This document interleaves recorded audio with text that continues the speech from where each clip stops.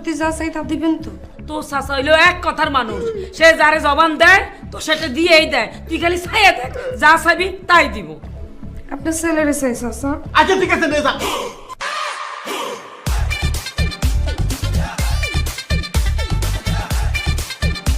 তুই আমার ছেলের চাস মানে আমি তো বুঝলাম না। ওই আমার ছেলে কি ছোট বাচ্চা যে তুই পিঠের কবি লালন পালন করবি? আরে চাচি, আপনার ছেলের আমি বড় করতে যাবো কিসের জন্য? আমি আপনার ছেলেরে চাইছি কারণ আমি আপনার ছেলেরে বিয়ে করতে চাই। চাচা আপনি কিন্তু বলছেন, আপনি কিন্তু এই মাত্র বলছেন আমি যা চামো আপনি কিন্তু দিবেন, এখন কিন্তু না করতে পারবেন না। আমার আপনার ঘরের বউ বানাইতেই হইব, আপনার ছেলের সাথে আমার বিয়ে দিতেই হইব। চুপ কর! কাজের বুয়া, অশিক্ষিত, বেয়াদব, ফকিন্নি। এই তুই ভাবলি কিভাবে যে তোর মতো মেয়ের আমি বিয়ে করবো? হ্যাঁ? আরে বাপ রে বাপ, কত শেয়ানা! সে একটা উদ্দেশ্য নিয়ে আমাদের বাসায় ঢুকছে।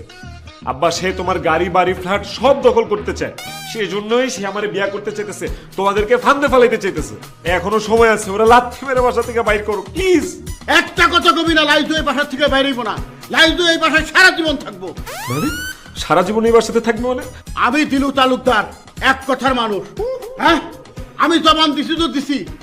লাইজু যেটা চাইছে সেটা লাইজু দিব। লাইজু, আমার ছেলের তুমি চাইছো তো, আজ থেকে আমার ছেলে তোমার, তুমি হবে আমার ছেলের বউ। আলহামদুলিল্লাহ। নাউজুবিল্লাহ। আব্বা, তুমি এগুলো কি বলতেছো? তোমার কি মাথা খারাপ হয়ে গেছে?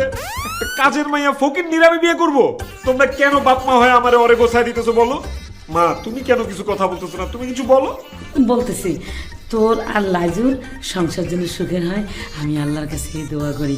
আমিও তোর বাপের মতো লাজুরে আমার ছেলের বউ হিসেবে গ্রহণ করে নিলাম। আমিন। আমার এক পাশে যদি ফাঁসির মঞ্চ, আরেক পাশে যদি এই মেয়ে থাকে, আমি ফাঁসির মঞ্চ বাইছে নিব, তারপরে এই মেয়েকে আমি কোনোদিন বিয়ে করবো না। তোর আমার বিয়ে করার শখ করছে না? তোর ডাইলের লোকে আলগা লবণ খাওয়া, তোর শখ আমি মিটাই দিতেছি না।